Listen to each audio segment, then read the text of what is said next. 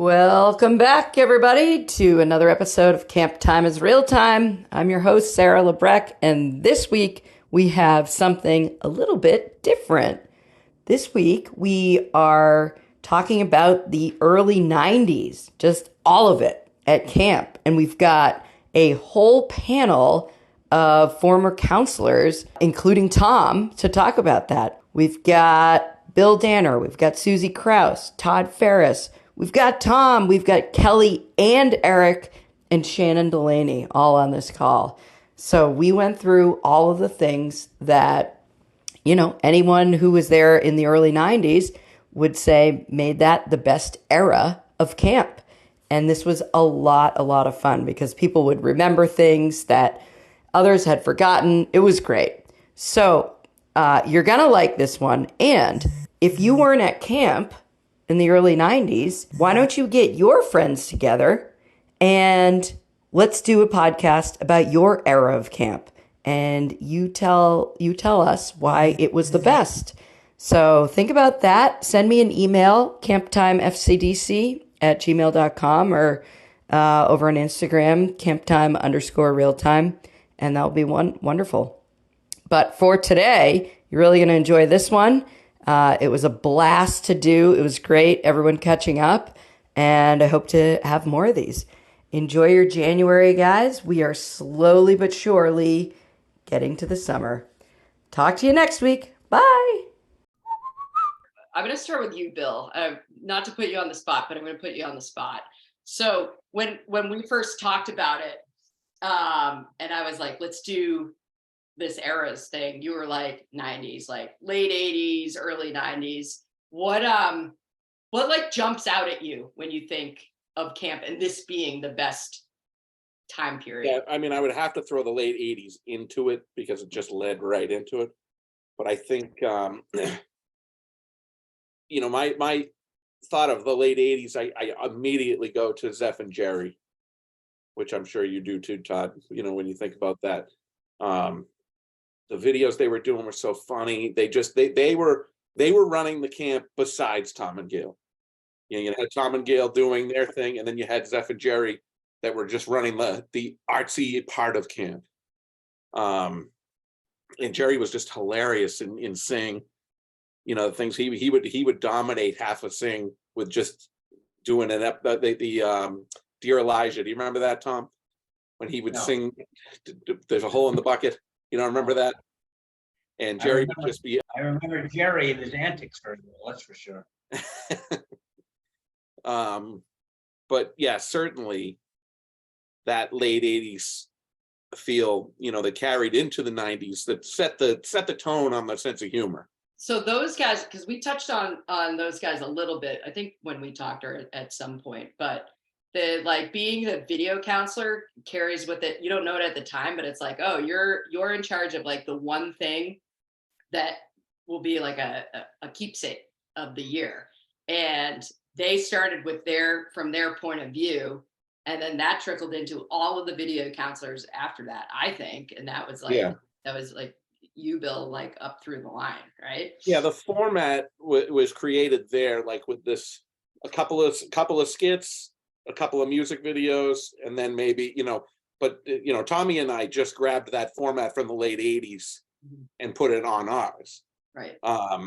That had disappeared during that Carl era, but I just brought that right back. That just made sense to me to do it that way, to have the breakdown each week basically the same. Bill, it's interesting you say the Carl era.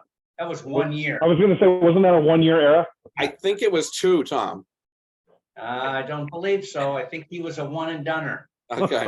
I remember Carl asking our tribe, we must have been, I don't think we were explorers, but we were older, just being like, all right, we're going to storyboard some ideas. And we were like, what? We're not. Right. Yeah. No, he never had anything going on. Yeah. It's like I had told you before, most of those videos were just the kids turning off and on the lights to create a strobe effect and loud music, and they would be jumping around. Yes. And the videos would go on for 30, 40 minutes. Who were some of the other greats that you think of when you think of this this time period? Anyway, John. feel free to jump in. Of course, John Pinciotto. Yeah. That was Wayne Lee. Yeah, he was in his late teens, early 20s, but he set the bar high for even then. You know, I know he even got greater later, but even at that age, he just had the best sense of humor and the best understanding of what camp was about. Yeah. And then with John, I always picture Kelley Flynn.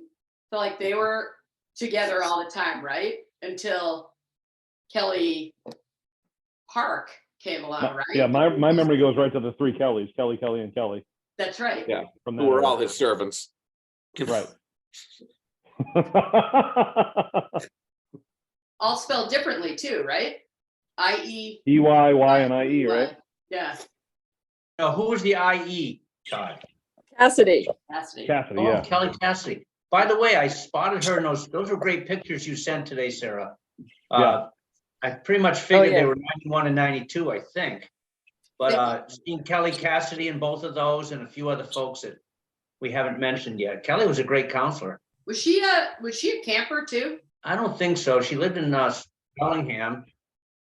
She might have been at the end, maybe as an older camper. Do you know what area she did, Sarah? Yeah, she did camp communications and Yeah. theater. Right, camp communications. Do you remember, I don't know if you guys recall this, Kelley, you probably do. One of the activities they used to do in camp communications was to make a mixtape to play at Free Swim. So Oh yeah.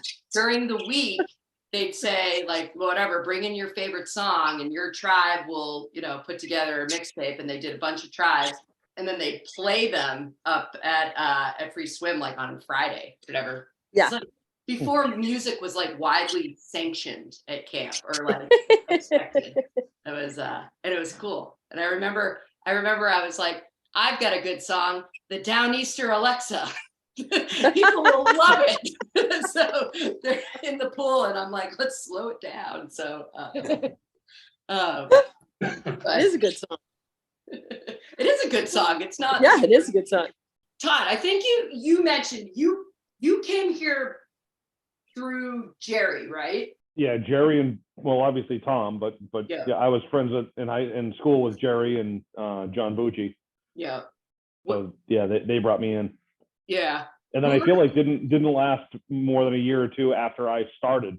I think they were I don't know if they were campers or if they had been counselors for a few years, but shortly after I started, they left, and then I stayed on for another 5 or 6 years.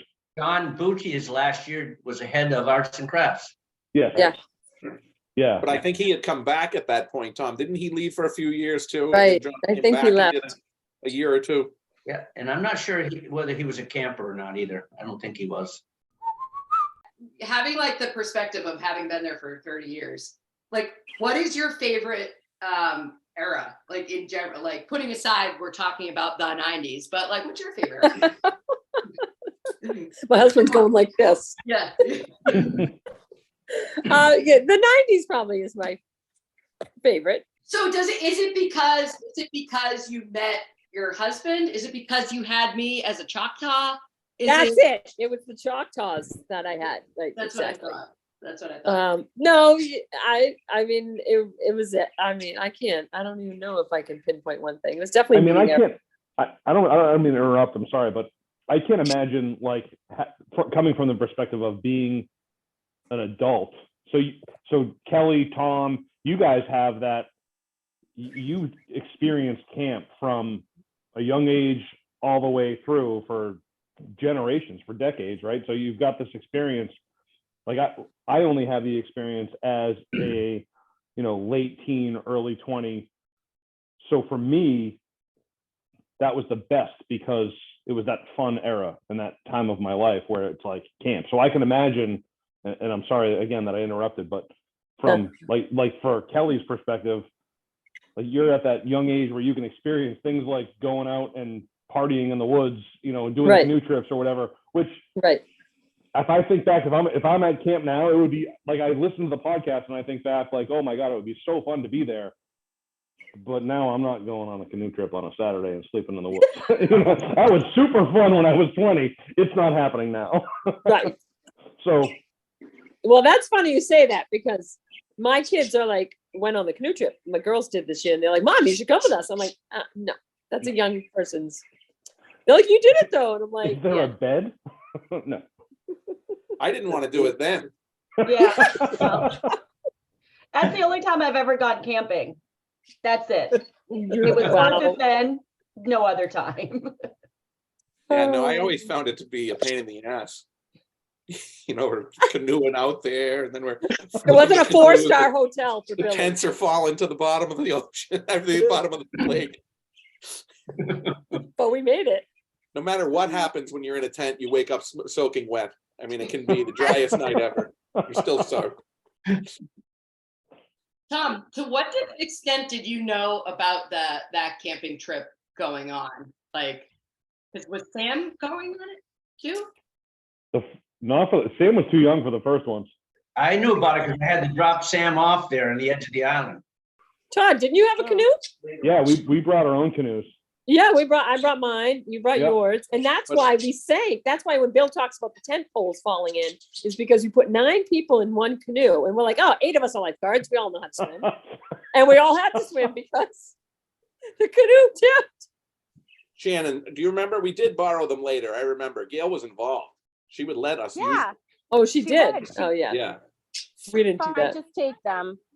Well, that's good. I'm happy that there's most of the people on this call are members of like that, or some of you guys are members of that original, like starting that tradition, which is still going strong. I think it's been going for just about every year. I think like breaks here and there, but like, yeah, they went Yeah, out. it hasn't. I don't think it happened the last 4 or 5 years.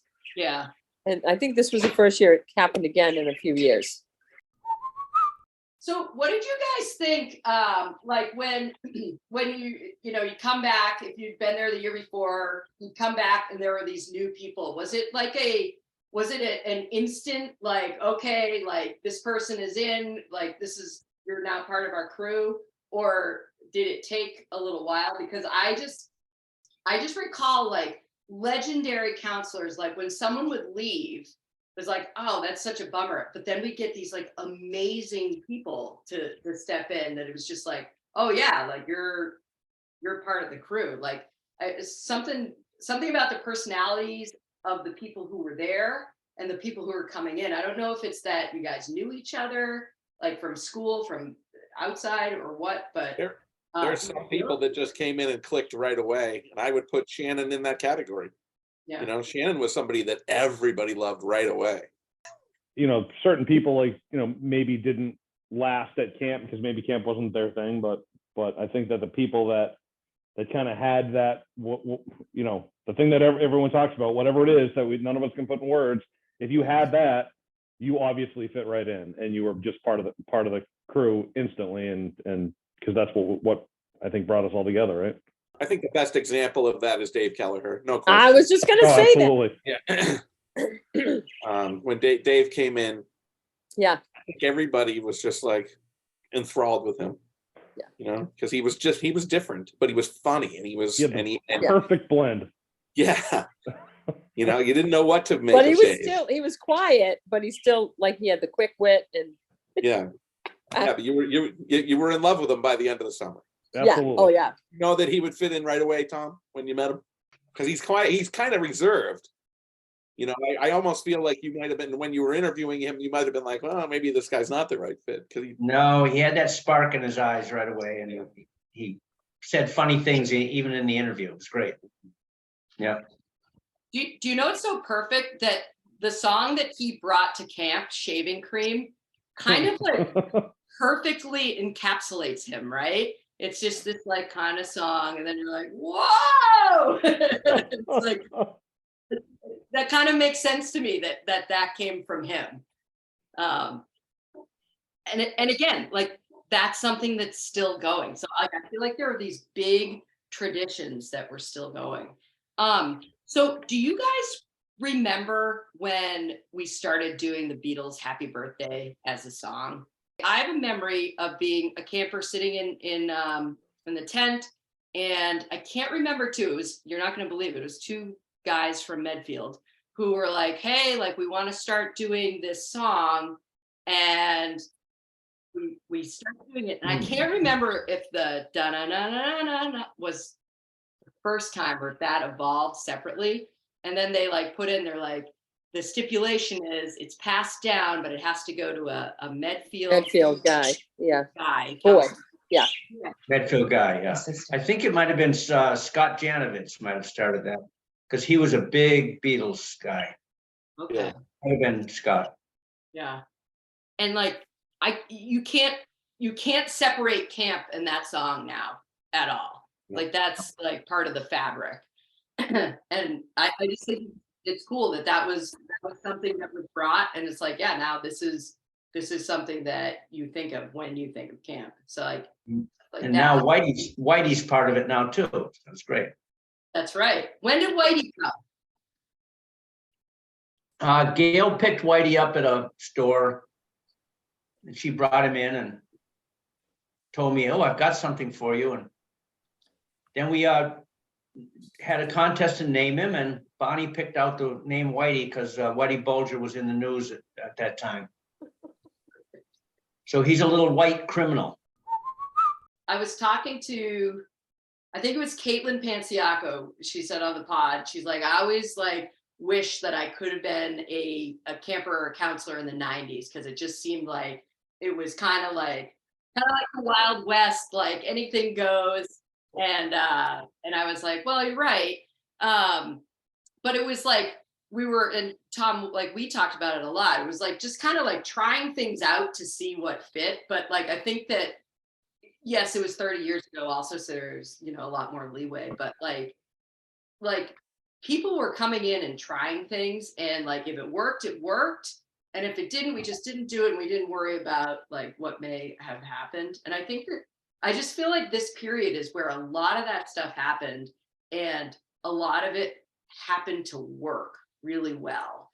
And from the mix of the counselors, the mix of like the like events that we were talking about, like having that wrestling match in the tent, like doing these like kind of one-off things, like having Dave the Madman like trudge through the mud because he missed a day because of Woodstock, like having these one-off kind of events that aren't counselor competitions, aren't theme days, but like that's what kind of sticks in my mind. And when I talk to my old camp friends about it, like those are the things that kind of come up. And I mean, after we're just like, oh, like we talk about our favorite counselors, but I think that for my money, this is the era when most of that stuff was happening. And I don't know, Tom, Kelley, if you guys think that I'm biased because of the time that, you know. Two things got huge then. Sing did. We always had Sing in some form. The camp got really big, and we got the tent. And then everybody loved it, and it became huge. The tent. The other thing was, you know, Bill gave credit to Zeph and Jerry, but Zeph and Jerry's, and Bill Pope used to do videos for us too, but they were in the beginning Super 8 with no sound. You know, they just put music to them, and they wouldn't do them every week either. But if I could be wrong, but I think Bill and Tom were the first ones that really got into the every week of video. And I think that pulled the camp together and made it more exciting too. When we were, and since, of course, we've been continuing that, but credit to them. You know, the equipment got easy well, relatively easy. They still had to carry all that stuff on their shoulders. But that's when it changed. A big, huge Sing and lots of video kind of made it, media came to camp, if you will. I think you're right about the tent, Tom, because I remember being a camper in Sing, and Sing would be down by the exit over there. That the Grove Street, and it didn't have that same dynamic feel. It was a moment where you went over there, but nothing crazy would happen like it did under the tent. Yeah, we could move Sing anywhere back then. You know. Yeah. When did the tent go up? Once you got under the tent, it became more of a performance. Yeah. Yeah. Do we know when did the tent go up? Probably the same time, late 80s. Yeah. Okay. Before that, it was an old tennis court, and it had the end walls, and it had a basketball hoop in it too. Hoop there, yeah. And we had like bombardment wars in it, things like that.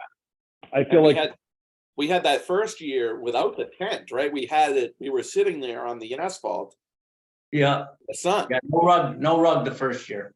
Yeah. I feel like my first year was 1988. I remember it being 88, and I remember hearing there was never a tent before, and I remember being on asphalt with no Right. rug. So I feel like I don't remember a lot from of all that far back, but I do remember that. Yeah. We weren't big on human rights. No. Sit Yeah, here the and bake in the benches sun. they brought in for the 50th reunion were fabulous.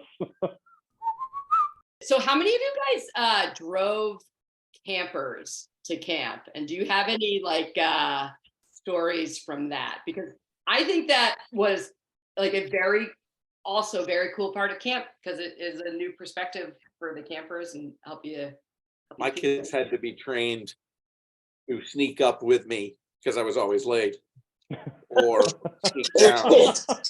You know, Don- Wait, I drove you. You were never late when I drove you, though, right? No, we were punctual when you did it. Exactly. But then when I got in control, things went very poorly. And so I would pick up these kids in Holliston. I forget their names now, but I wouldn't even be at their house till like 8:35. You know, and then I'd be flying over to camp. And sometimes I would park up at Gail's house and walk them down, you know, that late, because I would be so late. But these kids were trained well to not turn me in. I know I'd like to bring it back because my kids would really like a ride to and from camp. So if there's anything we can do about that now, that would be lovely. She did away with it again, similar to overnights. It was an insurance thing. Oh yeah, liability. Frightening for what might happen. That was the only reason for, I didn't mind doing it. In fact, Todd, if I remember, I think you had the biggest route of all for a few years. He Didn't you drove bring a bus, kids? a whole bus. Yeah, it was big bus. It was awesome. I can't confirm or deny. I don't know what other people's routes were, but yes, I remember leaving my house very early, Yes. going through Medfield, Holliston, Hopkins. Yeah. Crazy. I remember you, because you were coming from there, you used to have 6 or 7 or 8 kids, and I did it have a was very station wagon. profitable. It was You very profitable. fucking bank. They It had was to very double profitable. buckle. They were double buckling. That is At least- not allowed. At least he was getting paid. I was the dope sitting next to him, you know, just in the car for the ride for an hour. I loved it. It was an easy way to make extra money I liked it. Yeah. and to learn new routes to camp. That was helpful too. Yeah. And it certainly decreased the traffic. I mean, some of the traffic problems they have now are certainly because there's no carpooling going on. I guess Susie and Todd, or maybe did you get campers your first year, like brand new to camp? They're like, yeah, you seem like Yeah. Yeah. Yeah. And I never had a great car. I already had a piece of crap. So I'm surprised that parents would actually give their kid to me. You know? I would drive other counselors from Medfield too. So Yeah, and Hannah, you always had to charge them less, right, Bill? You got a bargain. I had to sit there for an hour and a half while you picked up Cowell's route. You're taking up a profitable spot in my car. I think it was half price. Yeah, we didn't collect from counselors, so whatever you got for driving a counselor was on Yeah. private right. deal. Oh, Billy, it took up a seat. I think I'm trying to think. My first year, I rode with somebody because I didn't have my license my first year. But then You were in the car with me. So if I remember that car, I was the only camper in that car. And it was you, John Panciaco, Jerry. So And John was driving. yeah.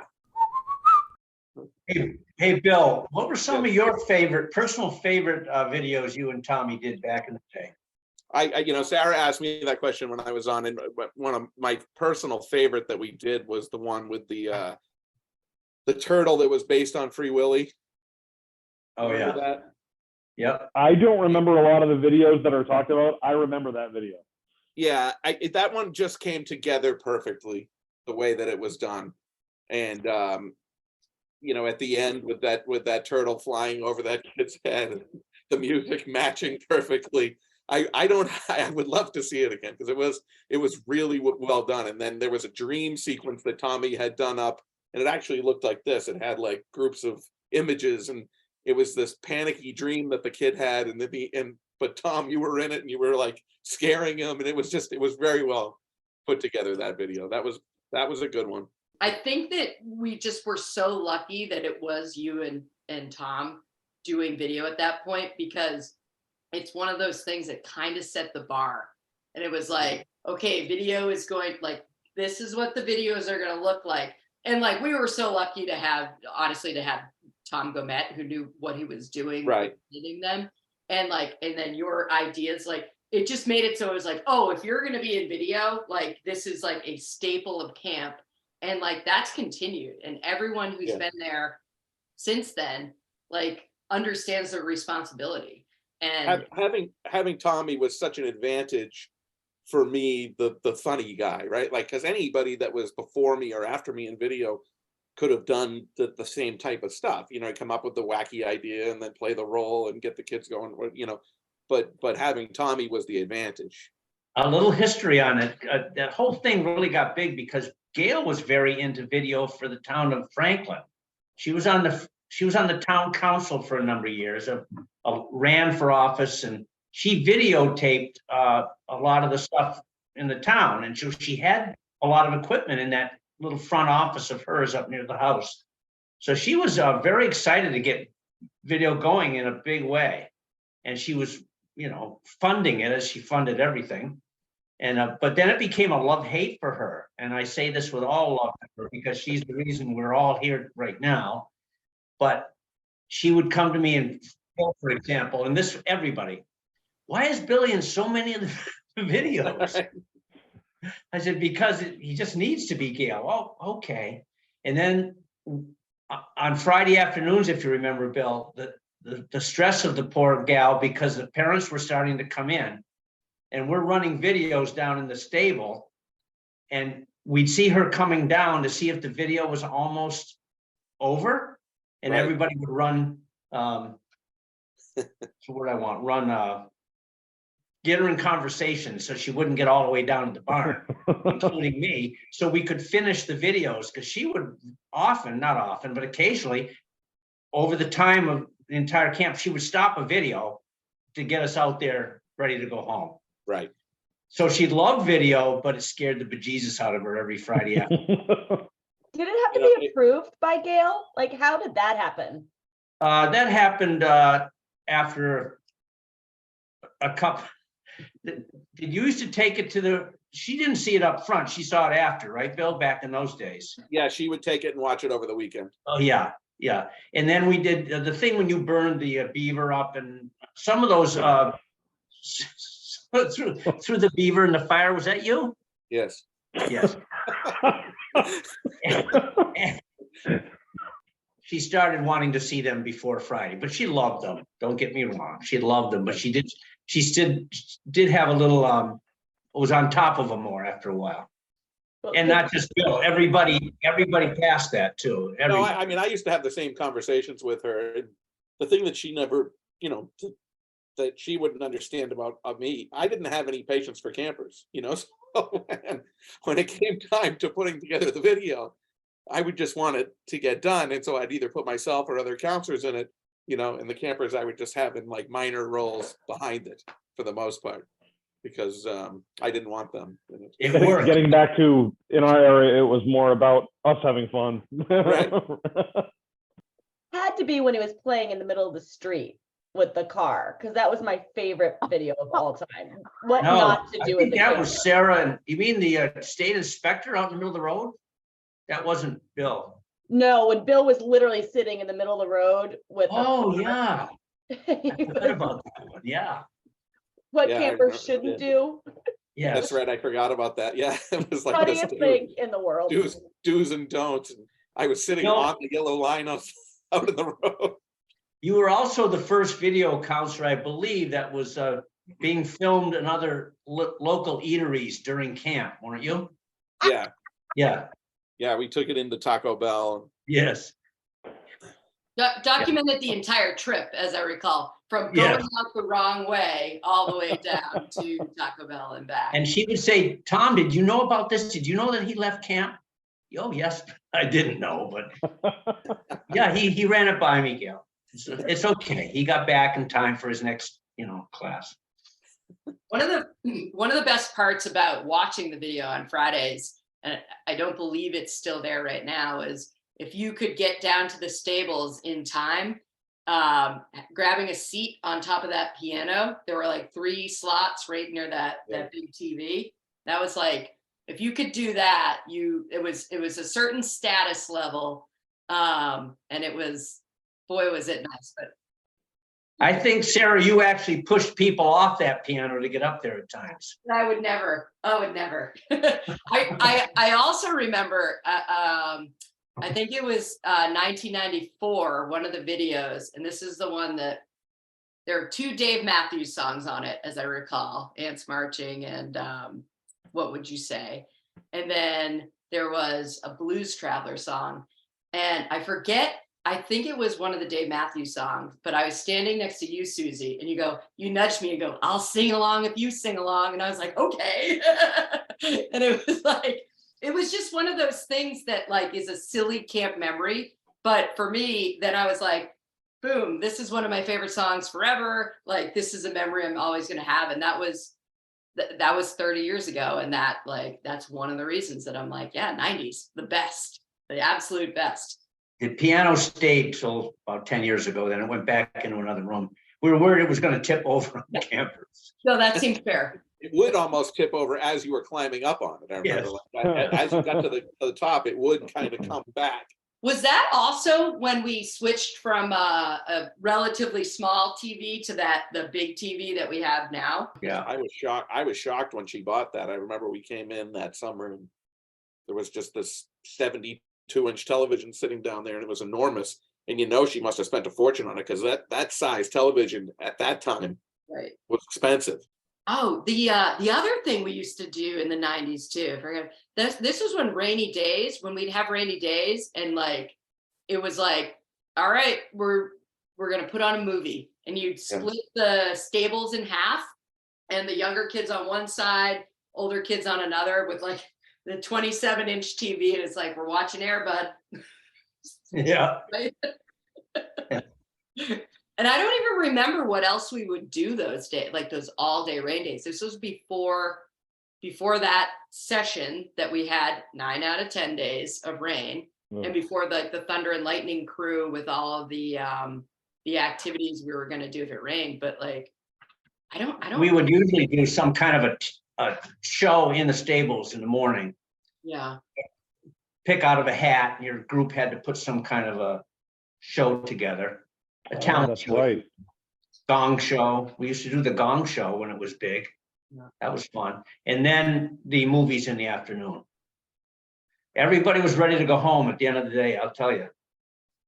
I think those were some of the best days when I look back. We still had to go swimming. Kelley, we were freezing and we still had to go swimming. Everyone's going in the water. Everyone's going in the water.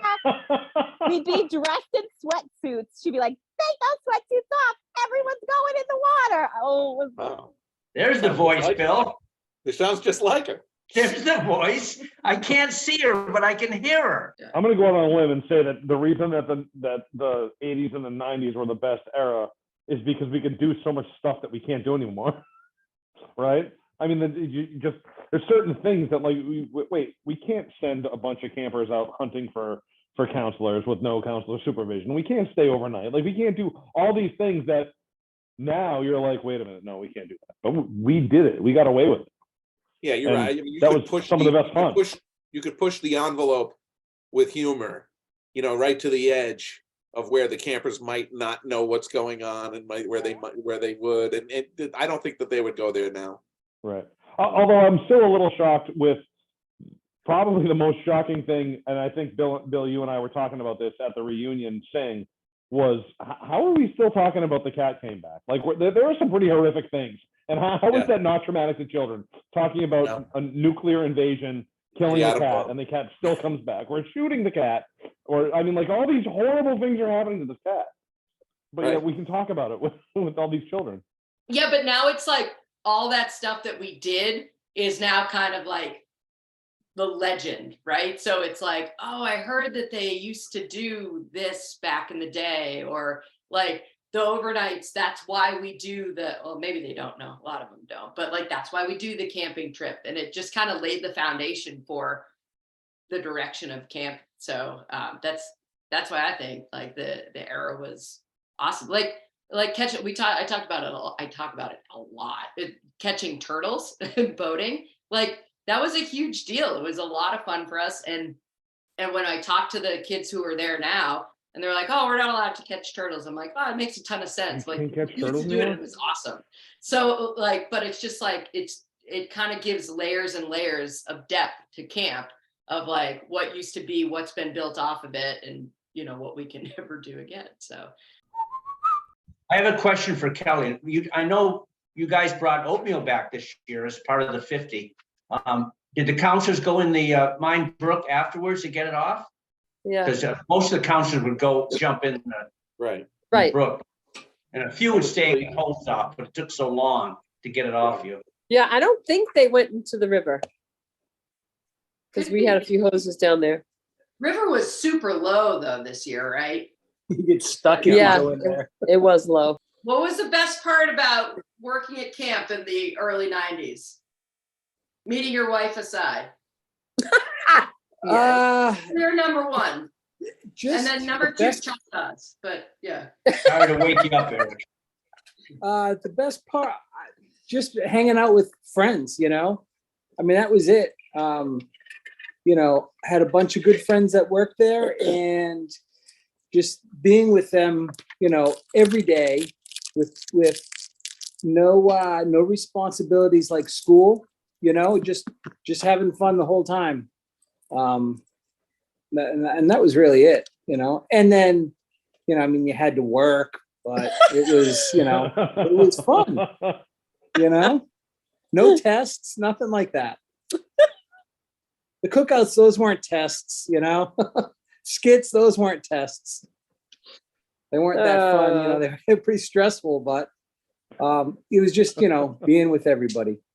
Whenever I always say, oh, I talk about FCDC with, you know, trying to get my friends, my kids' friends going like, oh, where do your kids go to school, camp in the summer? Like FCDC, it's the best. I was a counselor there.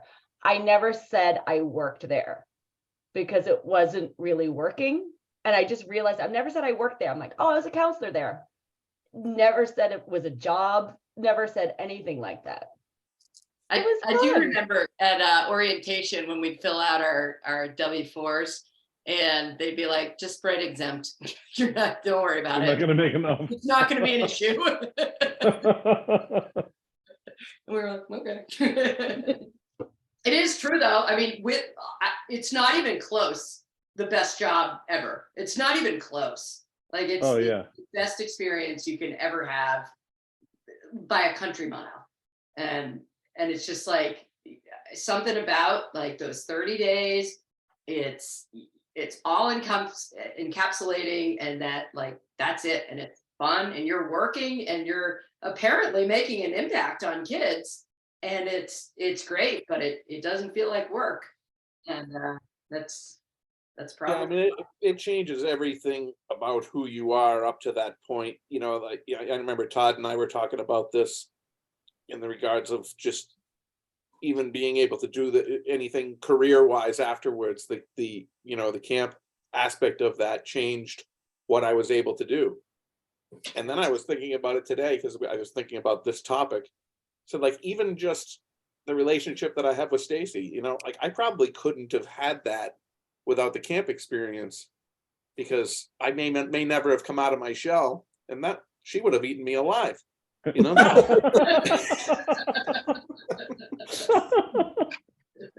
Well, she already does that, That's fair, Bill. Bill. Like, I'd be let's a be pretty honest. strong woman too. She does, but Imagine how much worse it could have been. Yeah. right, exactly. So, Tom, when did you feel a certain, because we're obviously all like a little bit biased toward this time period. Could you tell things were kind of working now? Or like, was there, like, I know we talked about it a little bit, but like, from my memory, like this is where things really started to click and like foundations were laid and things got sent out. Could you feel that in the moment or like shortly thereafter, or is that for a different era? In fairness to all the eras, I'd have to say it was a continual process. My greatest joy looking back now of this experience was orchestrating the staff, putting a staff together. Like I can look at you guys and know why each of you were on the staff. Sarah, you grew up as a camper and you absolutely loved everything. Todd, I knew from school, having him as a student, and I knew what a solid kid he was and where he came from, and I felt he needed camp to bring him out. Bill, I had in school, didn't know him that well, but grew up at camp, loved his sense of humor, saw it when he was a child. Susie, I coached, and I loved her sense of humor and her quick wit and her comments, and being on the same team as Stacy, it was like, wow, you know, these two girls drove me crazy, but I loved every minute of it. Her sister was already on staff, and I said, I've got to get Susie here too. Kelley, I didn't know, was an interview, but we were close family friends with another family that went to school with Kelley, and this girl who was Kelley's friend, great friend at the time, said, oh, absolutely, she's great, you got to have her at camp. So there were reasons, and I did that with everybody. That's my greatest joy. Oh, and Shannon, I can't see Shannon's face. Sorry, Shannon. But Shannon did come from connections. I coached against her aunt. That's just here. But trying to orchestrate the staff was the key. And if I got the right people who had the spark in their eye and they laughed the right way as far as I was concerned, and enjoyed a little sarcastic humor, but loved people, that was it. So gradually over the years, it got better. I got better and better and better at getting it together. So yes, the early 90s were an incredible breakthrough with those other things we've talked about. But I think talking to Sarah in one of my talks, I really felt until the last few years I was there, it was still a work in progress. And every year, and I believe Sam probably feels the same way now, I would feel this was the best staff we ever had. And Gail would come up to me at the end of the year and go, this is the best staff we ever had. I'm sure Kelley's heard her say that many times too. This is the best staff. So long-winded answer to say every era was great. But your era that we're talking about here was when we started to kick in with a lot of different things, and it stepped up with camp population. And so it was very exciting in many ways. Well, I think there's better staffs as far as going with, you know, for the kids, and than we were, you know. No, I don't judging Speak this. for yourself, Bill. Yeah, I think that every staff was different, but every staff was magnificent in its own way. Sure. And the summers were great, and everybody worked so hard to make it work. Yeah. Whether it was weather issues like this year, who's there still? Just Kelley. But you had to go through this drought this summer. I never had to go through a whole summer of heat like that. Did we go through other, you know, what we talked about this, Sarah, 9 days of rain on one session out of 10? But boy, did that make us a great staff. So the staff was the key to everything. The staff grew every summer. And by the end of the summer, it was absolutely wonderful. And so that's what we say, the best staff ever. This is FCDC. We're all great, and no one's getting booed, and we're all getting applause, and we were all the best. Every year, we were the best. We were the best. Darn And right. it continues. Yeah. It's not a contest, by the way. But it's also like when someone great would leave, right? So like, for example, like when John Pantiaco left for the first time in 93 or Late something, 90s. 93. Yeah. Like, It was probably everyone earlier else than that. stepped up. It was like, how are we ever going to fill that gap? But we did, right? Like, look at the counselors that were there in the early 90s. It's like, it's just a number of all-stars, and you get these brand new people like the Madman, like the Krause sisters, like Kelley, like Todd, like you get these people, you're like, oh, how did camp ever exist without them? And it's just like, I think that maybe for me, it was just noticing it at that point. Cause I loved camp. I was very aware of what was happening, but it takes a day to be like, oh, okay, my favorite counselors aren't here anymore. And then by the second day, you're like, oh, this is great though. Like, we've got someone to fill it in. So I think that the existing counselors really had welcomed the new counselors with open arms. They made them feel at home right away. I'm talking mostly heads that came in now, not kids that grew up into the assistant roles, but they would feel very comfortable right away. And then everything they had, they would pour right out, thinking it was, wow, this place is great. I don't know how long I'm going to be here, but I am really going to contribute to this camp. And that's what they all did. And then they became integral parts of camp instantly. So it always comes back to the staff, right? Like, Always. like, yeah. So I guess that's actually the whole piece. Always the staff. Yeah. I want to say one thing, and I haven't been working there, in 25 years or whatever it was. But actually, No, you came back a couple times. yeah, but I think one of the things is that there was no social media, no internet when we were there during that time. So you didn't have to worry about, things getting out of camp, so to speak. It allowed you to, I think, to be even more of yourself back in the day, and you didn't have to worry about, people outside of camp, seeing something that they may not approve of, or, your friends from high school, that were like, why are you doing that? Eric, that's an excellent point. I never even thought of that. The idea that, some of the things that we might have done on a Friday, maybe I would have been more hesitant to do it, knowing that somebody might take a picture of me and put it on Facebook. Yeah. And it must be tough now for the counselors to, Yeah. or I guess not really, because No, I that's know. their everyday life, right? People have been dealing with that stuff for, Facebook for 20 years. So they're used to it Yeah, now. but that judgment-free zone doesn't really exist with social media. Yeah. It's wonderful that FCDC still exists in this era. And it's a place where people can send their kids and still get this marvelous experience in this so much negativity in this world, that we still offer that. It's rare. It's wonderful.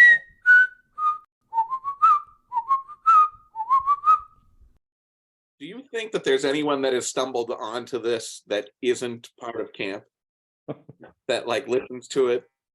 I think there probably is. They'd only listen to it for a minute. What is this?